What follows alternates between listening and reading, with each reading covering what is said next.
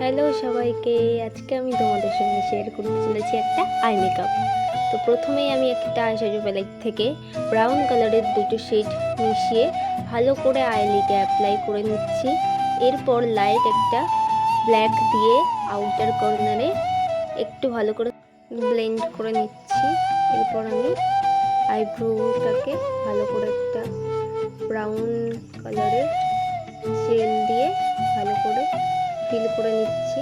তো আজকে আমি তোমাদেরকে বলবো কি করে কাজল স্মাচ করে পড়বে। প্রথমেই ওয়াটার লাইনে কাজল অ্যাপ্লাই করে নিচ্ছি। এরপর একটা ব্রাশের সাহায্যে ভালো করে আলতো হাতে কাজলটাকে স্মাচ করবে।